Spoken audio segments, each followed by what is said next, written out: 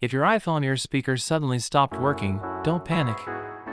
Here are quick fixes you can try in under a minute.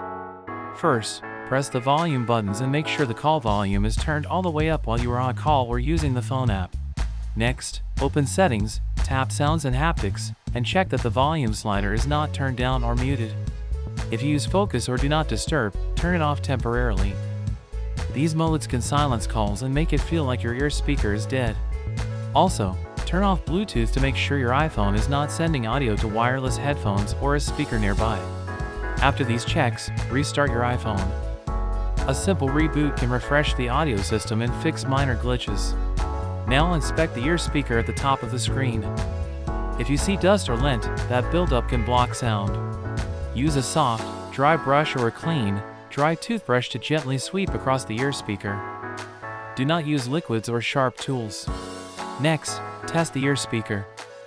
Make a regular phone call and hold the phone to your ear, then toggle the speakerphone on and off to compare the sound. If it is still quiet, go to Settings, tap Accessibility, then Audio and Visual, and make sure the audio balance slider is centered. As a last software step, reset all settings.